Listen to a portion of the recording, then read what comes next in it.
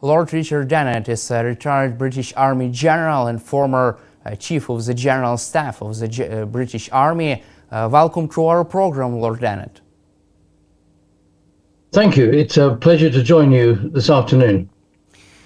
US President-elect Donald Trump said that Russia had already lost the war against Ukraine because it has suffered 600,000 casualties. According to Donald Trump, Vladimir Putin should consider a possibility of reaching a ceasefire in Ukraine. Meanwhile, Ukrainian President Volodymyr Zelensky said that Donald Trump and Vladimir Putin is afraid only of Donald Trump. That's why Trump can force Vladimir Putin to reach a ceasefire. Is he right, and is Donald Trump able to get Vladimir Putin to a negotiating table in Ukraine? Well, you ask a very good question. Donald Trump, in his public statements during his presidential election campaign, said that he wanted to be a president of the United States that stopped wars, and he hoped he could end the war in Ukraine in a day. Well, I think, if we're honest, he's not going to be able to end the war in Ukraine in a day, but he is determined to do what he can to end the war in Ukraine. But now the important thing is that the war is ended in Ukraine's favor. You're right to say that the Russians have lost a tremendous number of casualties, killed and wounded during the war. They seem to have no regard for human life at all, and that is a tragedy for Russian families, for Russian soldiers. But it means that the war really should come to an end, but it should come to an end in Ukraine's favor, and that means there is a lot of emphasis on countries in the West, United States, United Kingdom, Britain, France, other allies, many countries who are supporting Ukraine. We need to do all that we can to put Ukraine and Ukraine's military in a position of dominance on the battlefield. So if your president decides the time has come to negotiate, he can negotiate in a position of strength and not in weakness. From your perspective, can Ukraine negotiate with Russia right now from a position of strength? And another question, what is your assessment of Trump's plans to create a demilitarized zone in Ukraine and freeze the front line in the war in Ukraine? Well, I think we have to accept that after 2.5 years of fighting, the Ukrainian military is not going to be able to defeat the Russian army on the battlefield, and is not going to be able to push the Russian army out of the eastern provinces of Ukraine. I think we have to accept that that is not going to happen. So there is going to have to be a negotiated settlement. And it is important that Ukraine is in a position of strength. Now, Ukraine has been very clever and very sensible in an operational way to push into part of Russia, into Kursk Oblast. So that's a strong bargaining position that Ukraine is holding. But the issue is then going to be, what is the ceasefire and what are the peace agreements going to look like? I'm sure that the Ukrainian government will not want to surrender sovereignty over any of the territory of Ukraine. In other words, all of Ukraine that officially belongs to Ukraine will remain part of Ukraine, even if for a time some of it is still occupied by Russian troops. Now, you talk about, should there be a buffer zone? Well, it is important that if the fighting is going to stop and not to restart, that there are mechanisms in place whereby Russia can't start the war again and reignite the violence. So it may well be that one of the terms of negotiation is some form of buffer zone. And then the question is, who is going to police that buffer zone? Will the Russians accept NATO troops, troops from countries like the United Kingdom, the United States, France and Germany? Or will they insist that they are from non-aligned countries like South American countries or India or Pakistan, for example? Now, I don't know the answer to those questions, but all these are issues that are going to have to be sorted out over time around a negotiating table. But as I say, the really important thing is that until then, we continue to support Ukraine to the maximum degree possible to put the Ukrainian military in the strongest possible position so that the Ukrainian government is in the strongest possible position when it comes to negotiations. I would like also to cover with you technical point of this buffer zone. Are NATO allies, are those European countries ready to enforce such long buffer zone, because the front line is more than 1,000 kilometers and are the British, French, German and other governments ready to commit such high numbers of troops to properly enforce such long buffer zone inside Ukraine? Well, that is a very good question. And to be frank, I'm not sure what the answer is. There are many of us in Western countries like United Kingdom and France and Germany who have been calling on our governments to increase our expenditure on defense to make sure that we have the soldiers, sailors and airmen and the equipment that we need to uphold our security responsibilities. So I think it's going to be a very big ask as to whether these Western European countries, even if Russia agrees to it, would have enough manpower to man this buffer zone. I think it will have to be a buffer zone that is subject to very intense surveillance from satellites and from drones, to watch very carefully what the opposing sides are doing and to make sure there are enough troops on the ground that can react if there are incursions. But all these things are technical matters that are going to have to be sorted out by negotiation, and it won't be quick and it won't be easy. And certainly for Western countries, it'll be expensive. Also, Polish Prime Minister Donald Tusk said that the early stages of negotiations could begin as early as next year, at the beginning of the next year, this winter. How much time it could have how much time would it take for Ukraine, Russia, and our allies to reach at least a ceasefire agreement from your perspective? Could it take months, years to negotiate a peaceful settlement of this war? Well, again, you ask another very good question. It will all come down to the intentions of the leadership of Russia and the intentions of the leadership of Ukraine. Now, if Mr. Putin is willing to agree to a ceasefire and to agree to have talks about how the war can end, then it could happen quite quickly. But if he is not willing to do that, then you can't force him to a negotiating table. And therefore it may mean that there are more weeks and months, and heaven forbid, further years of fighting before the leadership of the warring parties feel that they want to come to a negotiating table. But it won't happen quickly until the leadership on both sides decide that the moment has come to talk, to stop, and to try and find a peace formula.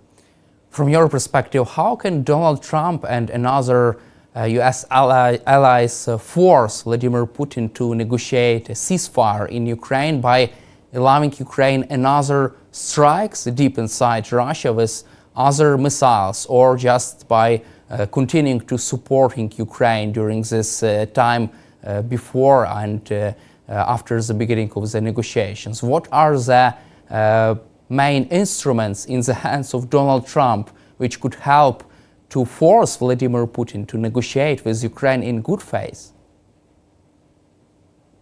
Well, I think there are several things that can be done. One is to increase the economic sanctions on Russia.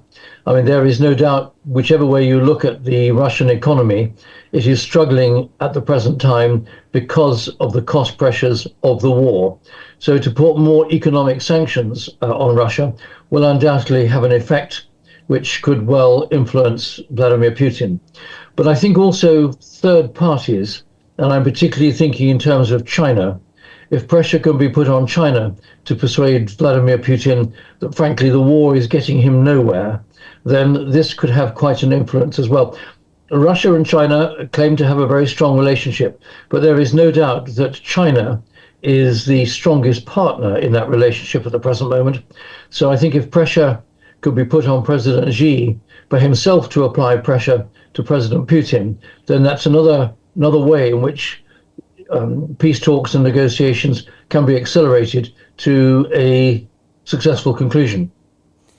In our previous interview conversation more than a year ago, we also covered the Putin's inner circle, and you said that Putin's general could decide to remove him from the power, could change the regime in Moscow. And my first question would be, what, from your perspective, what could those Putin's generals and his inner circle, what could they think about ceasefire? Would they be in favor of such scenario from your perspective? Well, I still maintain that point of view, that the section of leadership in Russian society that feels the cost of the war most strongly are the generals at the top of the army. They have seen the army that they have constructed and trained and led for many, many years being destroyed in very large numbers.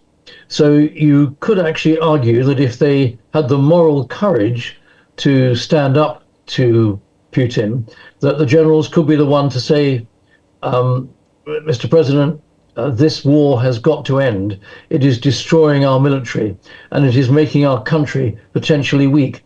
So I think there is still a reasonable argument that it could be the generals who might apply pressure on Vladimir Putin to say this war must stop.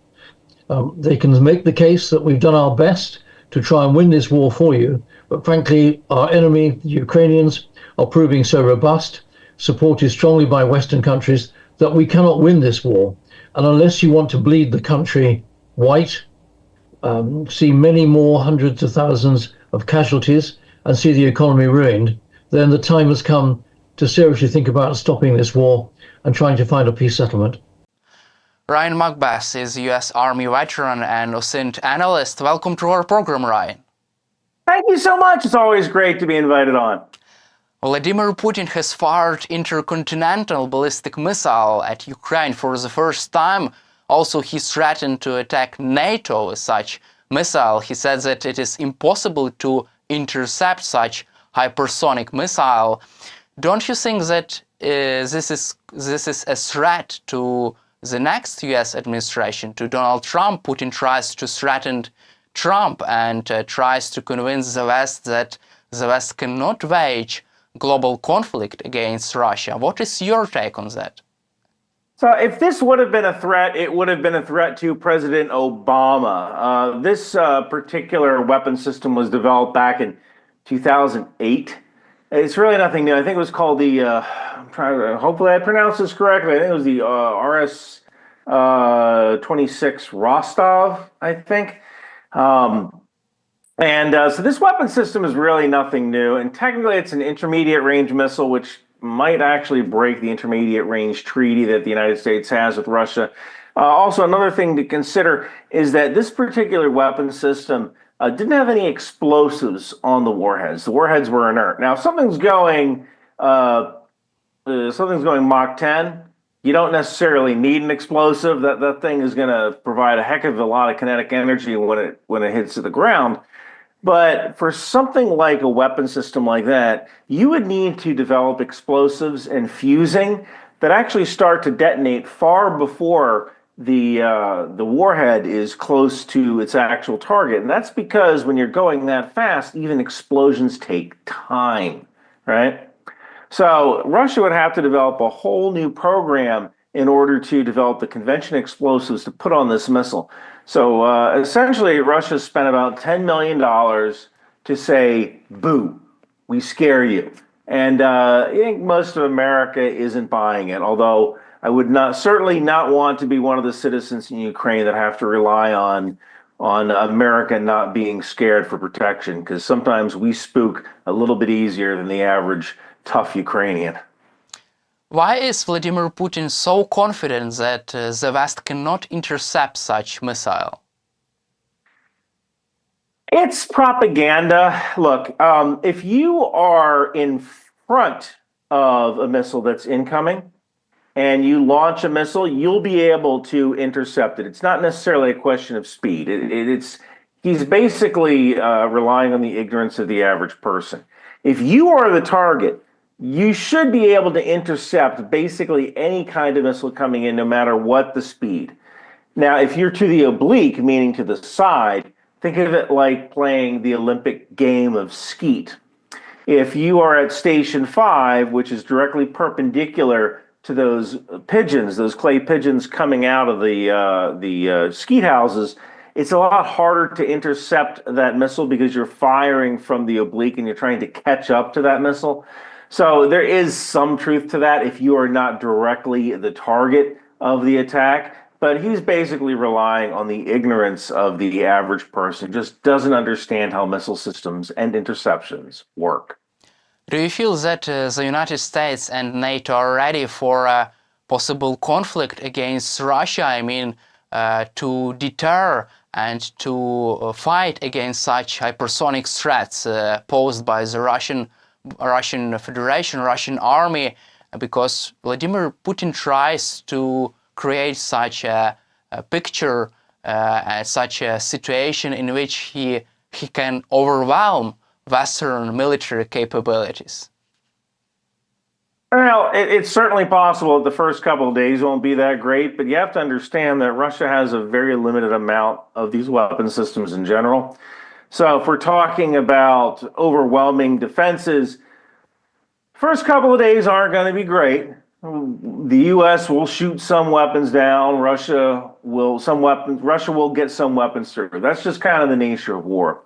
But think of NATO as an unstoppable snail. If once NATO's attacked, they're going to begin this relentless march, and then it becomes a question of logistics.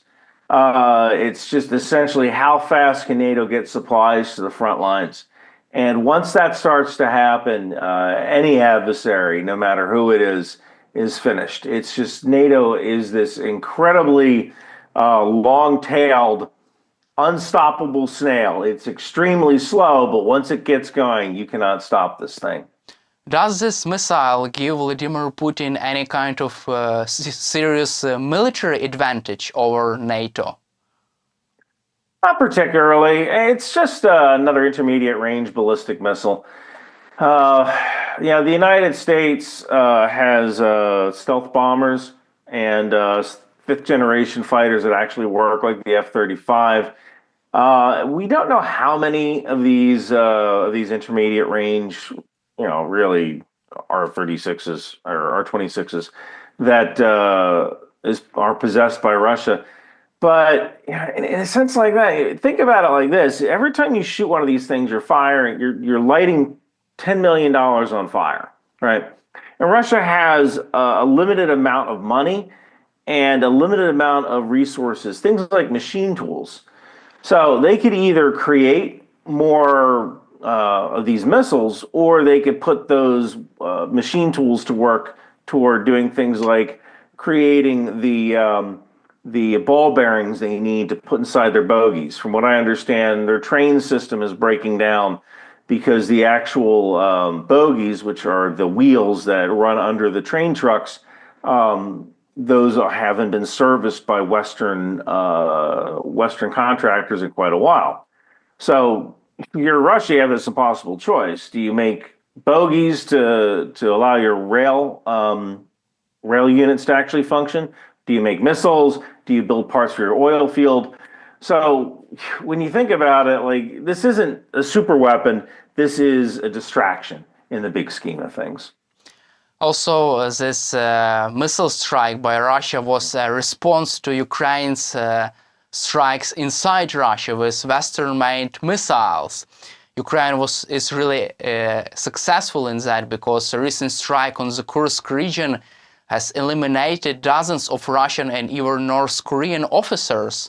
This has been confirmed by Financial Times sources. Also, another strike was conducted by the Ukrainian army this weekend, and several Russian officers have been eliminated by a missile strike on Russian command center in the Kursk region.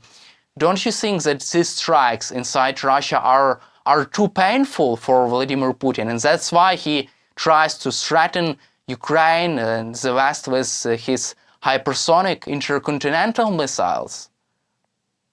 So it's not necessarily painful, although it is painful. I think that essentially what Russia doesn't want is Ukraine being in the political position of being able to receive even more lethal Western aid that could attack inside Russia.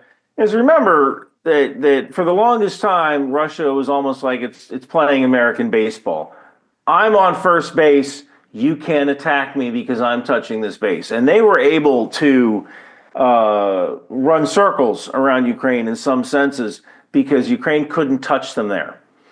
So the only thing that Russia can really do is convince the West that Vladimir Putin's going to blow up the world if we keep giving Ukraine weapon systems that can attack inside Russia. And if anything that the Kursk incursion proved was that Russia is fairly toothless. Now, this might be very easy for a guy sitting in a warm apartment to say, well, there's people in Ukraine who only have electricity for 2 hours a day and no heat. But for the most part, Russia is not able to respond militarily. So they have to respond using infodom war, information domain warfare. They have to scare people into thinking that they're strong in order for them to stop these attacks from Ukraine and convince the West not to give Ukraine these long-range weapons that can actually hurt Russia. And can this strategy work with Donald Trump's administration from your perspective? Because we have seen new nominations by Trump and his national security team. Also, Kate Kellogg, former U.S. Army Lieutenant General, would serve as a special assistant to Trump and special envoy for Ukraine and Russia. What is your take on that? And do you feel that these threats can work with Trump's team? You know, President Trump is always a wild card. You never quite know what he's going to do, which is actually probably better than the situation we have now, because we have a fairly feckless administration that's kind of slow walking aid. President Biden killed a lot of Ukrainians. He did. When he did not give them the aid they needed in the amount they needed. And that's going to be part of his legacy forever. Now, what President Trump does is really going to be kind of up to President Trump. And there are a couple of possibilities here. But the one thing that you need to understand is that President Trump is scared of China. That's his main concern. And I think he knows that if Ukraine falls, if the West doesn't support Ukraine, China is watching. And China is going to take that as a hint that they can just walk right into Taiwan. And that is a very tough thing to look a Ukrainian in the eye and say, we're only supporting you because of Taiwan. But in some senses, that is the real politic. That is the truth behind support. It's not just, yes, Ukraine is a democracy and they must be supported, but ultimately, Taiwan makes computer chips that power the world. If China invades Taiwan, it's going to destroy America's economy. And so I think President Trump knows this, so President Putin can try to scare him as much as he wants, but at the end, the real enemy is China, and that is President Trump's focus.